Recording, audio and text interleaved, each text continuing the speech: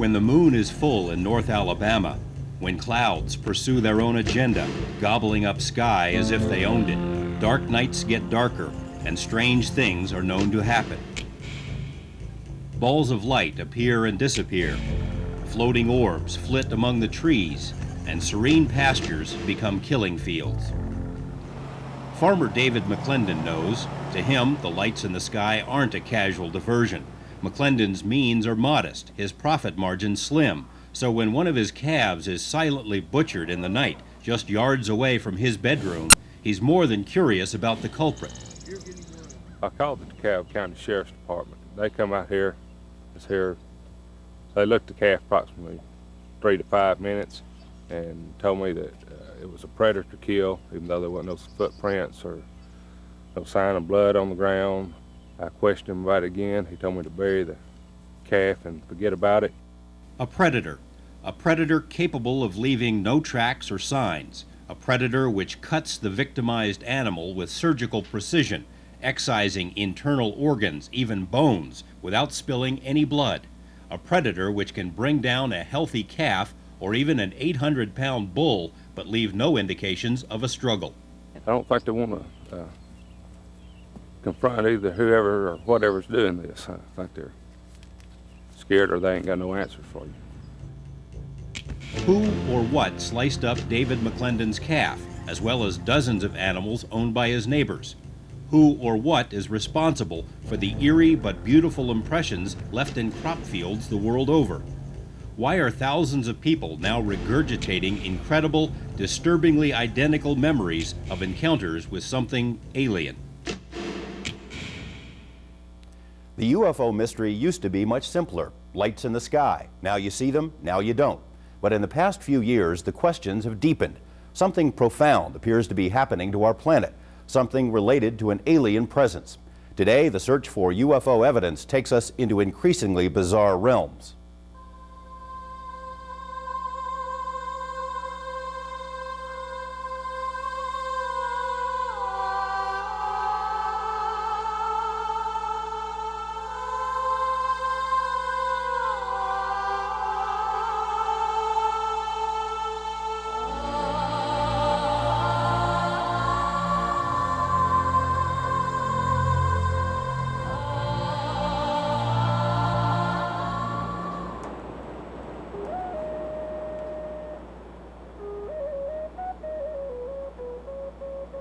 Sand Mountain, Alabama is an ancient and mysterious place. This was sacred ground to the Cherokee Nation.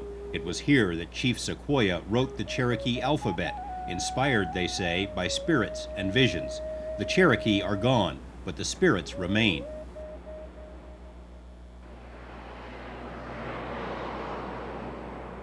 Tiny Fife, Alabama, population 1,600, as down home as a town can get. A dry county community of farmers with one stoplight, one department store, but more UFO sightings than any 10 big cities.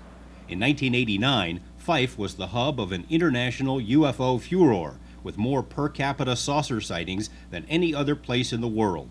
Among those who witnessed UFOs was Police Chief Junior Garmany and most of his officers, along with nearly everyone else in town. I would say at least 75%. And it could go as high as 90% of the people in this area have seen something that they can't explain. Newspaperman Baker may have ink in his veins, but it's not the type of ink used to publish nonsense or ghost stories. That's not the sort of journalism the people of Fife expect. Baker prints what people here know to be true. Something strange has been flying over Fife for a long, long time. Baker's wife captured photos of one of the odd lights dancing above the horizon. Over the years, Alabama cameras have produced many other photos and videos. As far back as memory seems to go around here, our grandfathers, my wife's grandfather, had a sighting of what he described as a cigar shape back when he was a young man. Yeah, all kinds of different shapes, from cigar shapes to classic flying saucer shape to lights in the sky. The 1989 UFO flap drew hordes of skeptical, scoffing reporters who ridiculed residents as hicks and bumpkins, leaving emotional scars which are still evident. We don't talk to nobody about it. Now the reporters are back in force. drawn not only by the latest wave of UFO sightings, but also by what appears to be a related, if gruesome, UFO side effect. That's a good waste of beef, isn't it? Yeah, it is. Police officer Ted Oliphant has made this same macabre walk more than 30 times in 6 months in cow pastures all over DeKalb County. Someone or something has been slicing up cattle, leaving behind bloated hunks of rotting beefsteak. One of the things you're looking at is like the large oval cut, and then back over this way on the side there, that flat line cut there, there's just no way that that was done by a predator or any kind of animal. When they do something the animal does, they tear everything, and that wasn't tore, that's cut straight. The victimized farmer, who was also a part-time school teacher, doesn't want his name used, but freely states that he doesn't buy the story told by the first lawmen to arrive on the scene. Predators didn't do this to his animal. The trachea had been cut, needing to, and animals don't cut things, they tear things. The slab of meat off the back had been cut, and neatly, no tracks. It hadn't rained in a couple of days, but if anybody got in here with a vehicle, they'd have to come through my yard. And I've got dogs that bark, and they would have barked quite a bit, and no vehicle come through my yard. A few miles away and a few days earlier, Jimmy and Margaret Pope had looked out their dining room window and made their own grisly discovery. One of their cows had been chopped up in bizarre fashion within spitting distance of their back door. Her sack was cut off, and it was just like it was just sliced off clean, and there was no blood anywhere. And then there was like a 4-inch round circle off of her shoulder, and then there was a cut starting in the center of her mouth, and it went all the way around into an oval shape, and her teeth were gone, and there was no blood anywhere. The ground was just it was wet, undisturbed. Wet too. At that time, we had a lot of rain, and there should have been some, some sign of a struggle or something. There was no sign of struggle or anything. The ground, I mean, it was just, there was nothing on the ground, no blood, no tracks, nothing. His cow had had its rectum cut out, sex organs removed, and had a strange protrusion here. There's an incision along the belly. Ted Oliphant's photo album is a far cry from typical. No pictures of the family, no vacation snapshots, just row after row of mutilated animals, a monstrous morgue of tortured bovines, and Oliphant knows them all. Stranger than that was the incision we found on the face of the animal on its right jaw, a large oval incision, jaw stripped clean to the bone, and the tongue was removed, cut out deep in the throat. We always find pretty much the same thing with the animals. If it's a female cow, the sex organs and the colon have been cored out, almost like you take a stovepipe and had shoved it in there and cored out the material there. Many times milk sacs, the udders, are completely missing. Jaws have been stripped to the bone. Tongues have been removed. Individual ears have been removed. Various organs have been removed, the heart, male sex organs. We've ruled out predator animals doing this at this point because the majority of the wounds we found on the animals aren't really wounds, they're incisions. They've been done either with a knife or something much different. Oliphant's insistence that predators could not be responsible for the cattle killings has made him unpopular with rival investigators, most of whom seem to just want this mess to go away. It's really making people angry because they can't find out what's going on. The Sheriff's Department has made a statement that mutilations are not going on, that they're not happening here, but the sheriff's carrying pictures around of cows that have been mutilated, but the PR people are telling us that nothing's going on.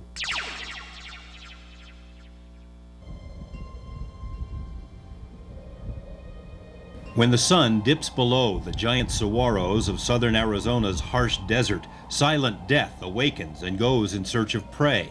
No one can say how many animals have been slaughtered because most ranchers, especially those Native American ranchers who live on the reservations, are reluctant to talk about it.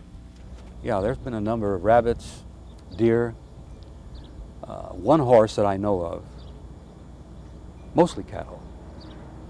There's been a case or two, George, where there have been some domestic pets have been found mutilated in the same way.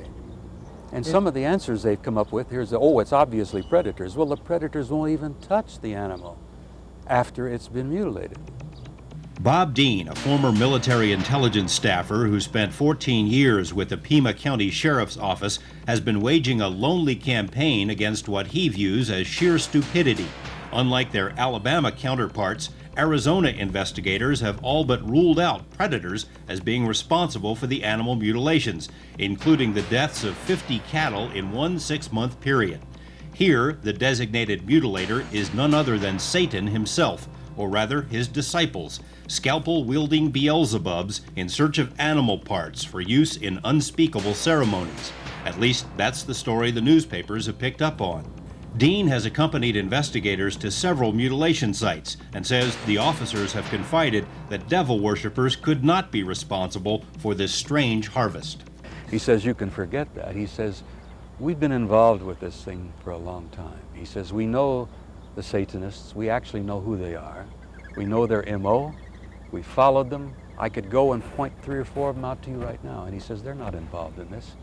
He says, when they go on a scene or they do something, it's as clear as it can be. He says, I'm asking you to consider here that this is an 800-pound animal. There's no sign of a struggle.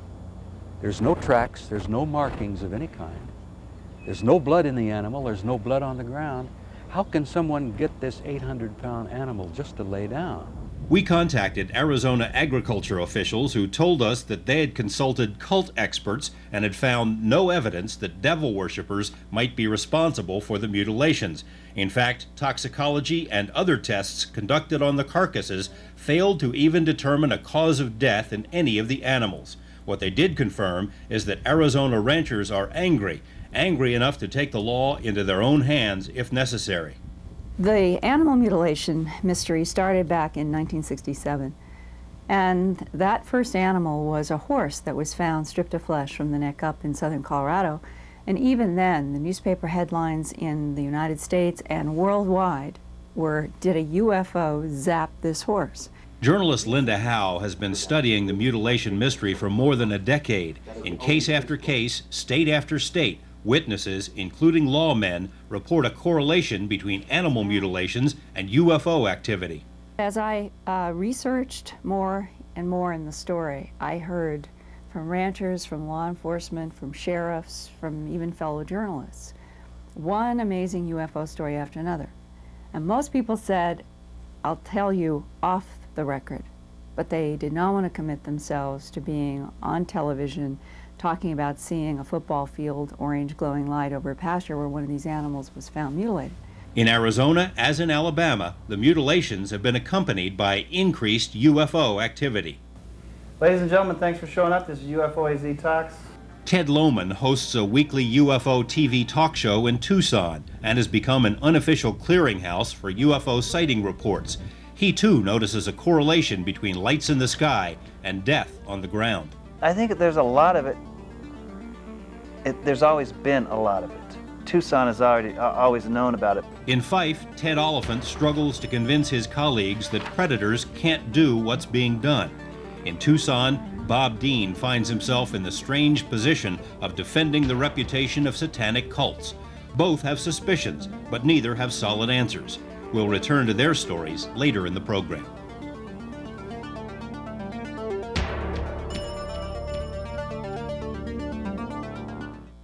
I don't think they're here to swoop down on our supermarkets and take us over, and I also don't think they're here to tell us how to clean up the environment and take care of the garbage. And those are the two kinds of rather simple-minded versions that we're getting all the time. It's far more complicated than that. New York City artist, author, and lecturer Bud Hopkins knows he's bitten off a big chunk. As usual, he finds himself in the unenviable position of trying to convince an audience that space aliens are not only real, they're here, and on a fairly regular and widespread basis, they enter people's homes, float them out through a window or wall into a waiting spaceship, conduct invasive medical procedures, and then return the victims to their beds with little or no memories of these unthinkable encounters. It's a tall order. When people talk about wanting physical evidence in abduction, they really mean one thing. I want to see a spacecraft or a big hunk of a spacecraft. I want to walk up to it and see it, or at least I want to see an alien sitting there, or a dead alien or something. That's what they want, which is almost like saying about some other issue. For instance, did Adolf Hitler commit suicide in Berlin? I want to have been there to see him shoot himself, and I want to see that little burnt mustache and a body and so forth. Hopkins is by far the most experienced and best-known abduction researcher in the world. Abduction guru, his critics call him, a guy out to sell books. A courageous pioneer, his supporters retort, who is dragging the scientific community kicking and screaming into the 21st century. Hopkins has sold books, no question, lots of them, and his lack of scientific credentials certainly opens him up to bitter criticism from those with degrees on the wall. But if he's a money-grubbing messiah, he is among the most reluctant on record.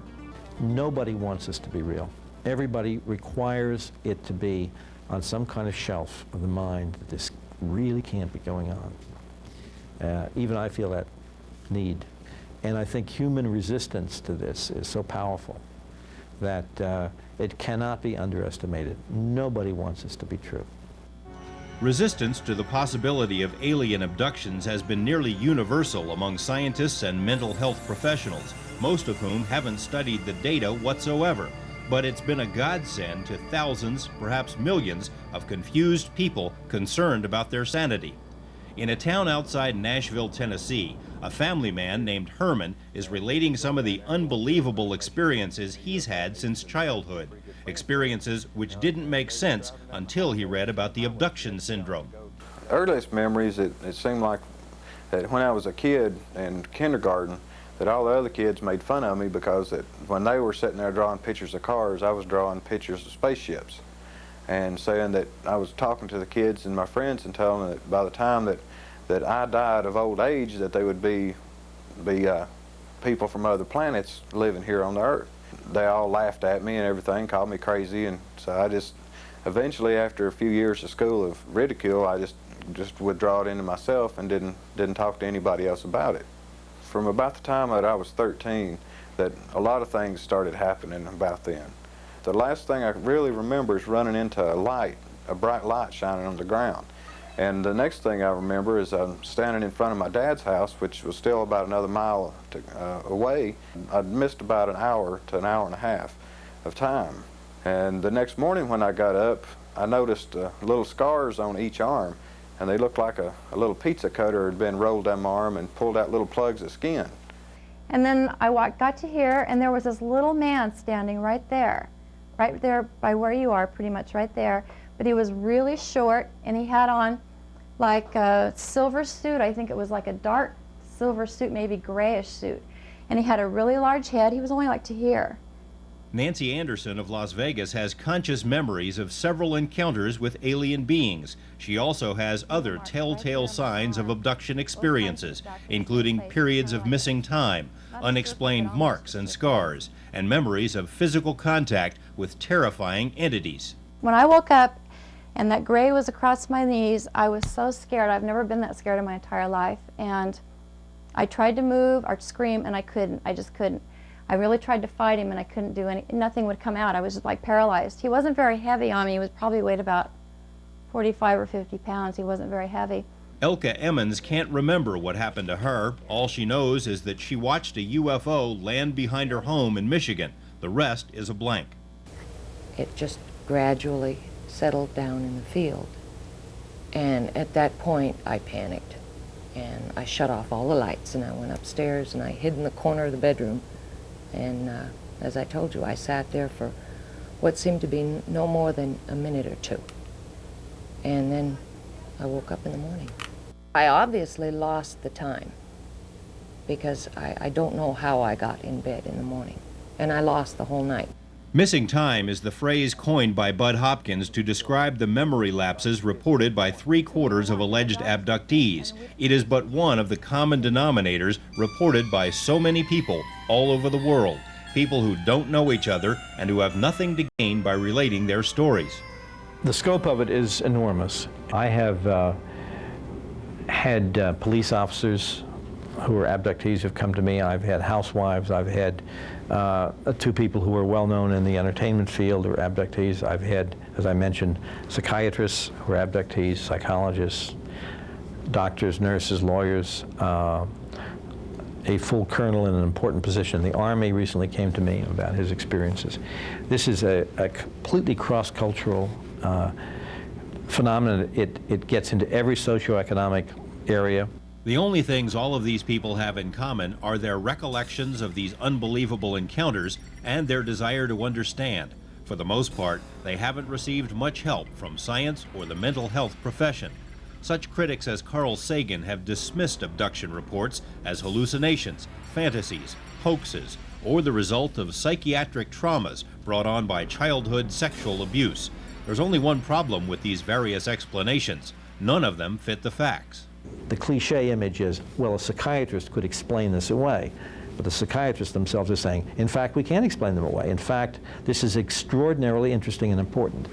And I think that little by little, more and more people, as they've come into first-hand contact with this material, are realizing that they're up against, at this point, what may be the most important event in human history.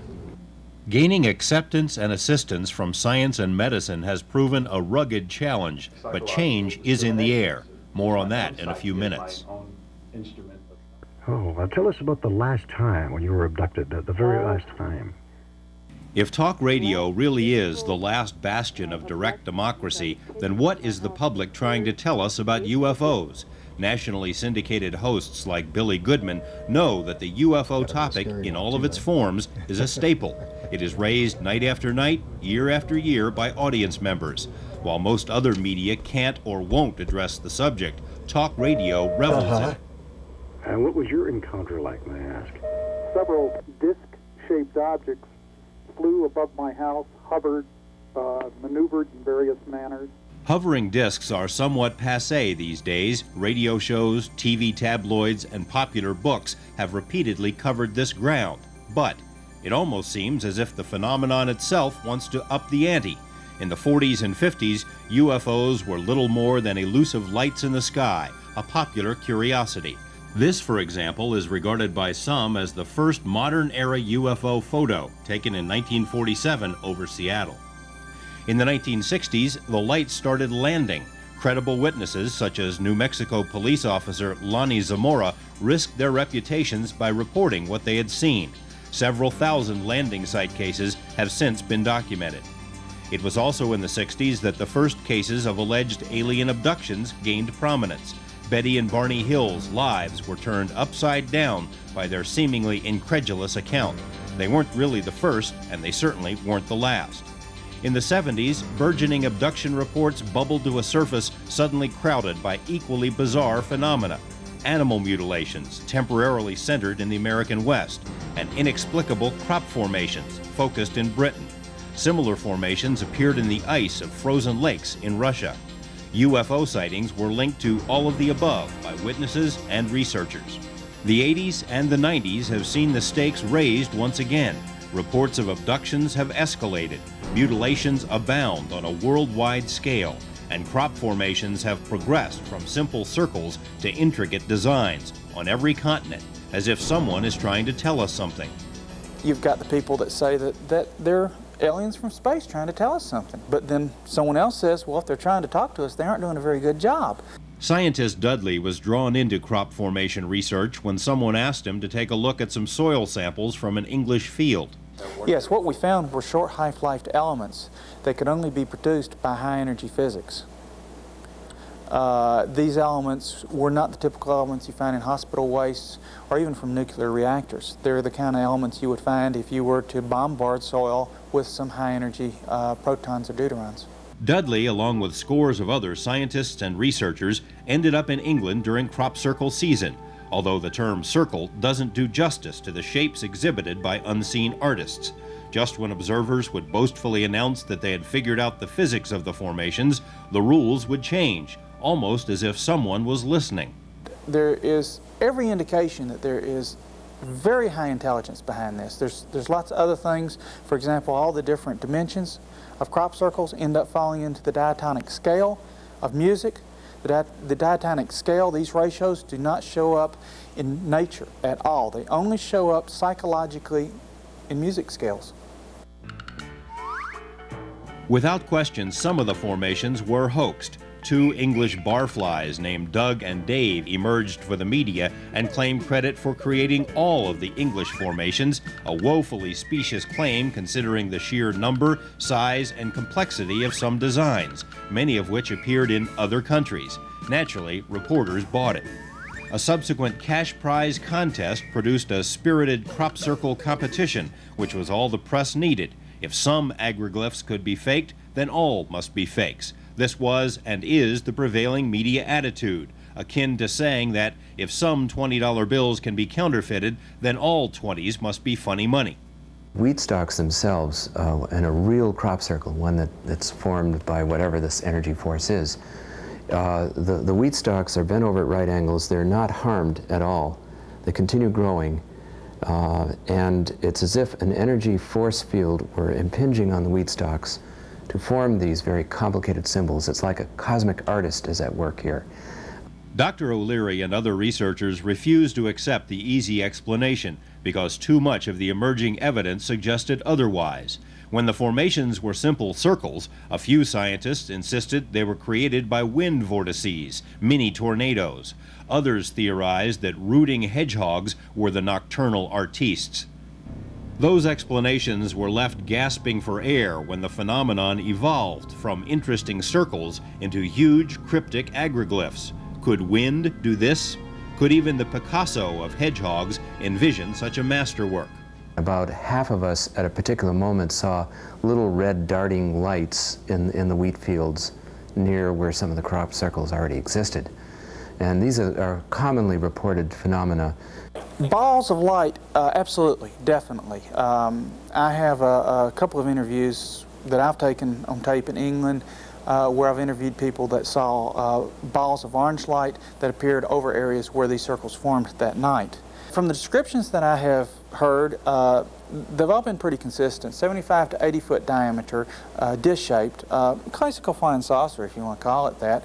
Correlation is not proof positive, but UFOs are seen over ranching communities. Mutilated animals are then found.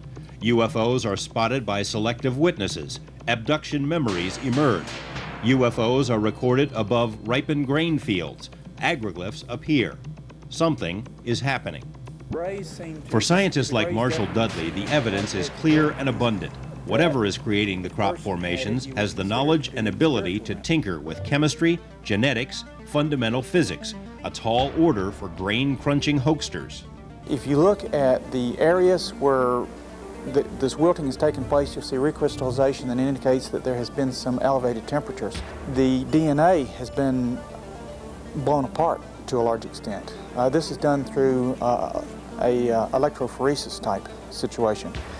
You can't do this just by stepping on it. No, you can't do it by stomping it.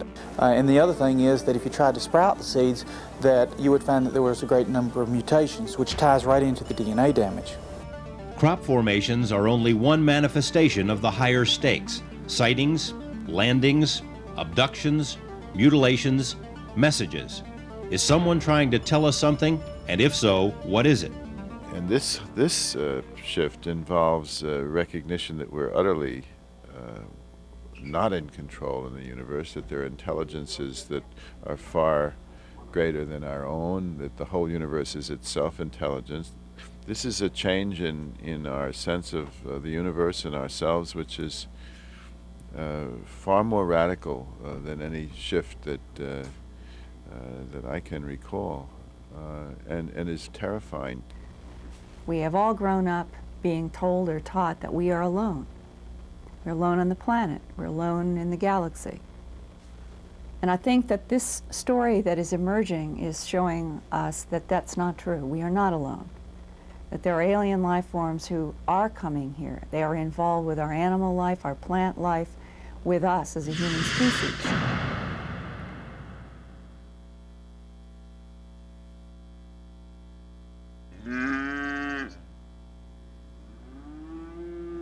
If the cattle of North Alabama seem a bit standoffish these days, consider what's been happening to some of their kindred cud chewers.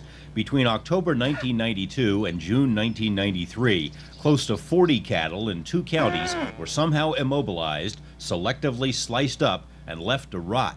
Since many farmers decide to bury the evidence without filing reports, the true number of cases could be twice as high. And because the mutilations coincided with UFO sightings, clever headline writers dubbed the killings close encounters of the herd kind. Are you a suspect? I better be, because if I'm not a suspect, they're not doing their job. The irony isn't lost on police officer Ted Oliphant. He became the point man in the cattle mutilation probe almost by default, then found himself among the suspects. Media accounts, spurred in part by tips from rival lawmen, gleefully revealed that Oliphant once produced a video documentary about UFOs before he became a cop. He's never said that UFOs might be responsible for the cow killings, but Oliphant certainly alienated other agencies by insisting that their predator explanation didn't cut it. Right now, we have no explanation for who or what is doing these things to these animals. We've got no suspects. We've got no evidence other than the carcasses that are left behind. We've got no eyewitnesses, and we have absolutely no motive for why people would be doing this. Other investigators belittled Oliphant's work and his background, but he had no such problems with the farmers, especially those who'd been victimized.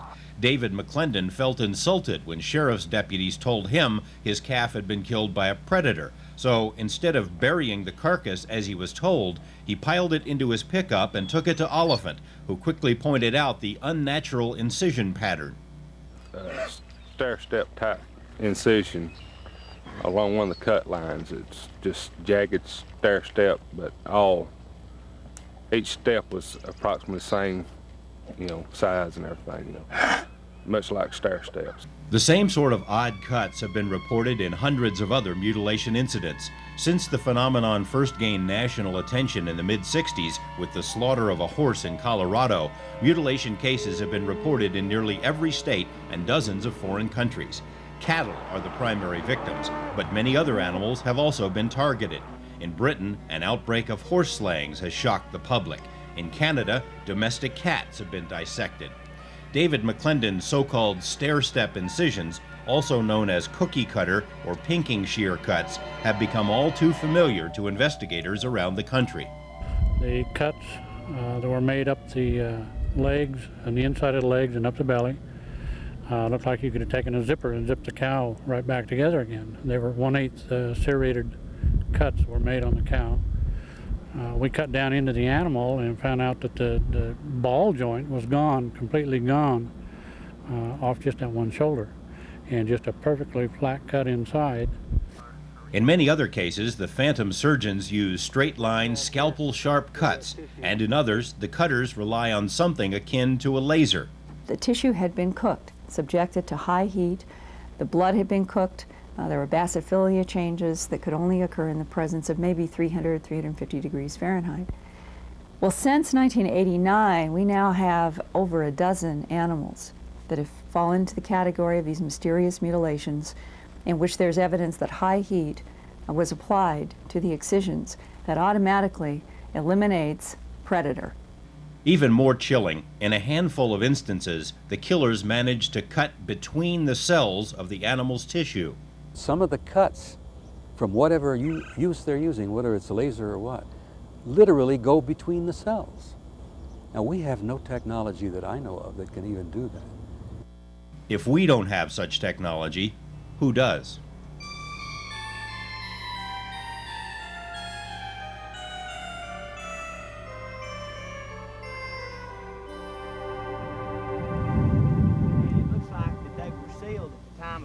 Which would lead you to believe that it possibly could have been a laser.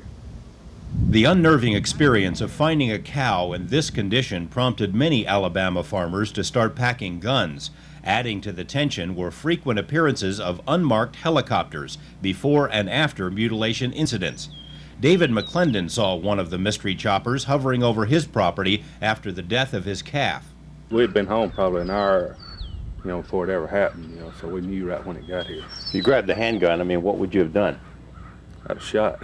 I don't believe anybody's got any business, in a helicopter hovering over my pasture. Most people hear helicopters and it's close to high tension wires. And high tension wires are just right over there about 75 yards from here. I'd hate for somebody to be flying around a helicopter and have to land in my yard right now, because I wouldn't want them to take off without the police being out here. The connection between unknown helicopters and mutilation episodes all across the country has been studied for several years by independent investigators like Texan Tom Adams and even by the U.S. Senate. No one knows where the choppers are from or who is flying them. Ted Oliphant suspects that whoever they are, they're monitoring the mutilations just like he is. Who they are, I really don't know. But in many of the cases, they've been on the ground before and after mutilations have been discovered by people.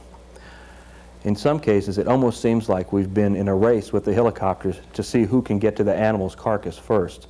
In the spring of 1993, rival investigators tried to put a lid on the situation by urging victimized ranchers to keep quiet. Oliphant responded by calling a news conference, the first in the history of Fife. Facing a phalanx of journalists, he introduced, one by one, victimized farmers who weren't buying the predator story. It's a pretty bad slap in a taxpayer's face when you report anything like this to a law enforcement official. And they come out and walk around the animal and say, well, predators done this, which I know better than that. Oliphant also released 2 independent lab reports. One showed evidence that a high heat instrument was used to cut up one cow. Another analyzed an odd white chemical found on a carcass, an unnatural compound which could serve as a cauterizing agent. State and county investigators listened to the news conference, but declined to defend their predator hypothesis. You know, like I say, I can't make a comment. In Alabama, as elsewhere, no one has been able to crack this riddle. Suspects include the military, big industry, the TVA, as well as cults and predators. The evidence suggests that whoever is behind it in Alabama and around the world is very cagey. We're talking about tens, literally tens of thousands of cases, nationally and worldwide. No one's ever been arrested. Nobody's ever been prosecuted. No charges have ever been brought against anybody for this. No one's ever been caught. Journalist Linda Howe insists that we must follow the evidence no matter where it leads. The correlation between mutilations and UFOs is indisputable. Everywhere there's one, there's the other. More importantly, there are only a handful of instances in which witnesses say they've seen mutilations in progress. Their descriptions seemingly defy all logic. You have to look to what human testimony comes over 25 years.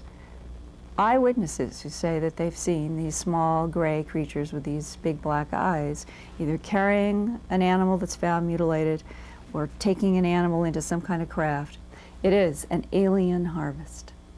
I think you've got to come to a conclusion that we're dealing with an extremely high technology that may be so far beyond anything we can do here that the only answer I can come up with is there's some alien involvement. And some of the eyewitnesses have supported that view, that they have seen mysterious ships, they have seen mysterious non-human entities. One final disturbing note about the mutilations, namely the genetic similarity between cattle and humans. People and cattle share nearly identical chromosomes. In addition, cow's blood is so like ours that it's used to produce human plasma. This raises the eerie possibility that whoever is chopping up cows is studying them in order to learn about us.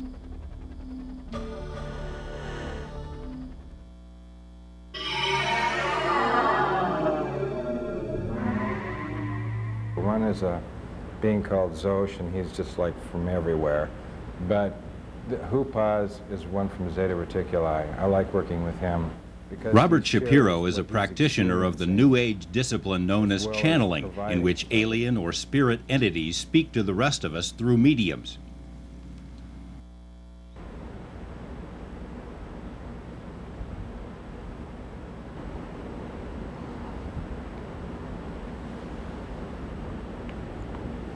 All right, Hupaz speaking.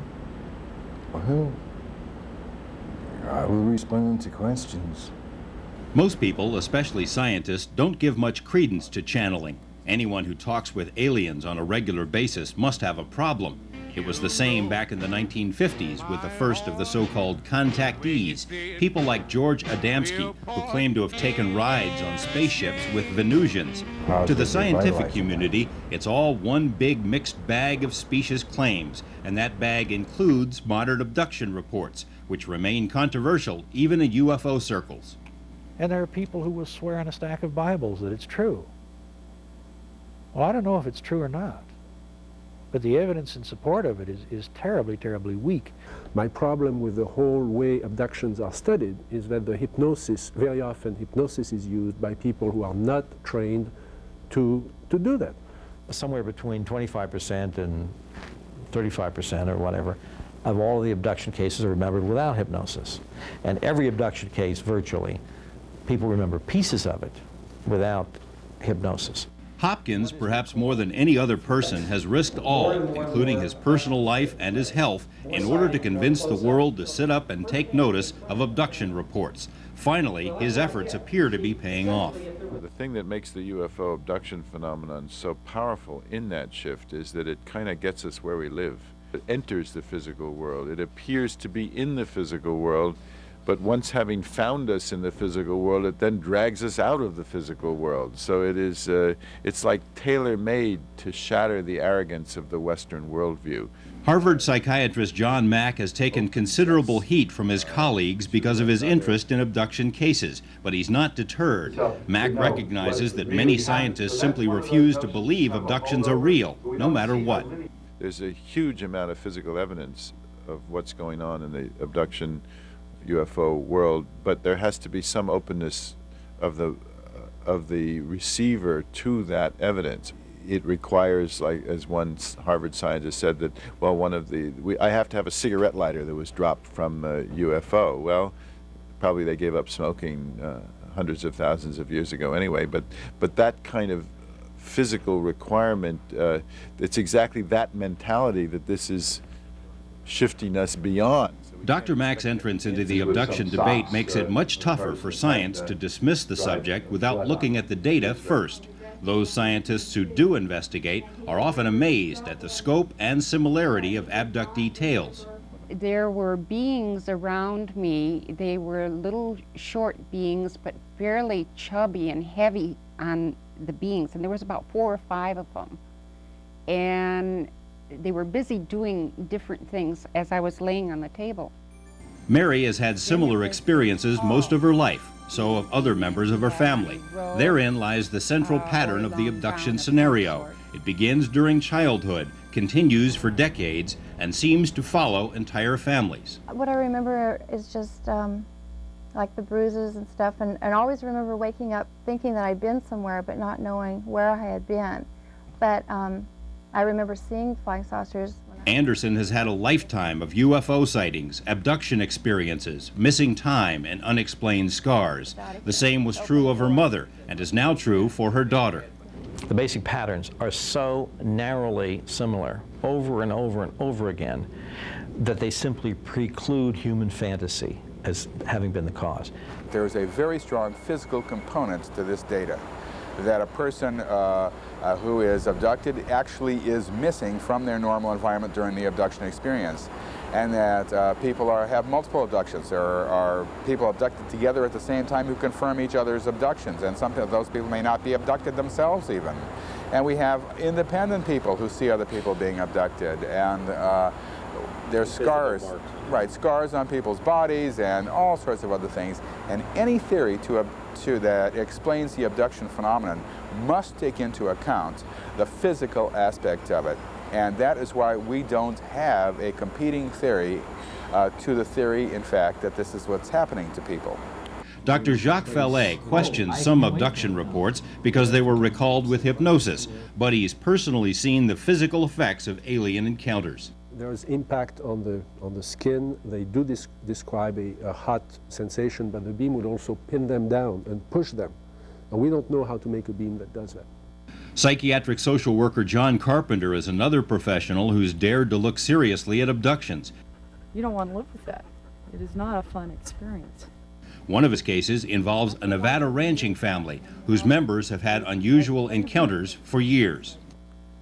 Only come up to my shoulder.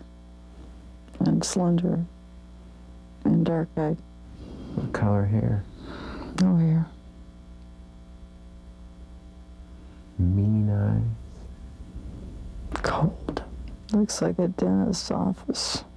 And what makes it look like a dentist's office? Everything comes out of the walls. Hoses. I don't like it here. Are you aware of how old you are? I'm 14. 14. Susan had a reason for being so certain of her age at the time. Because they went between my legs. Nobody's ever done that. Nobody had done that before? No. No. Since you couldn't move, how did they manage that? I spread my legs. There is no doubt in my mind there is a definite phenomenon occurring. Some kind of intervention, intrusion of some kind of different type of being, whether it's dimensional or extraterrestrial, whatever it is. There's nothing that binds these people together except the common amazing reports that they come up with. Carpenter, Mack, Jacobs, and Hopkins have been taking their case to their colleagues, holding seminars around the country for mental health professionals, hoping to foster better understanding of abductee reports. The response has been modest but encouraging. Unfortunately, there are no answers to any of the big questions. Why is this happening? What do they want? Where will it all lead? It certainly is a good question that why do they need us if they're so advanced? But then why do we need wildlife to do our research? Why do we have 2,000 lab rats? Why don't we just create our own animals? There has to be something to do with our spirit, our soul, our brains, something beyond maybe what they can manufacture in the lab. It seems like they're interested also in a relationship with us and some kind of joining with us. We know infinitely more about this, infinitely more about it than we did 10 years ago. But we still have major gaps in our understanding because we cannot put ourselves in the minds of an alien intelligence with alien needs, non-human needs, and understand why they're doing and why they're choosing and why they're following people the way they seem to be doing.